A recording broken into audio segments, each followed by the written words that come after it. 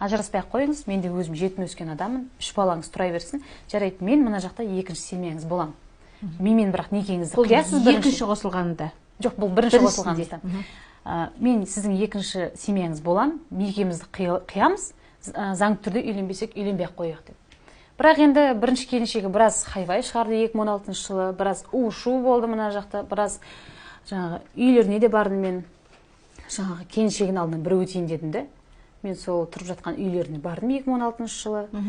Ағамен арнайы намаз оқитын бір жақсы кісі ағам болған, сол папам сияқты болып кеткен кісі, сол кісімен барып, жаңағы шүйіліп тұрған нәрсені, шималанып тұрған жаңағы жіпті ашқым келді.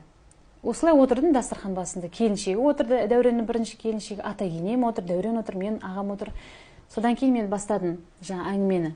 Мен сіздің біріншіден жолдасыңызды тартып алып жатқан жоқпын. Өзі кезінде маған айтты, ажырасып жатырмыз. Сіз өзіңіз Астанаға кетіп қалыпсыз, 3 баланы алып. Басым бос деп айтты үшін. Иә, басым бос. Осылай әңгімелерін айтты деп. Ол кісі ашулан, маған жабылды, сен жап-жас болып алып, менің күйеуімнің басынан алдырғансың ғой деп. Сосын мен айттым, мен жайдан жай жүрген қыз емеспін, мен көшеде жүрген қыз емеспін, бір жаман қыз болып қосылып келсем, бетіме басыңыз. Жаман адам болып, жаман бір мені туралы әңгіме естісеңіз, бетіме басыңыз.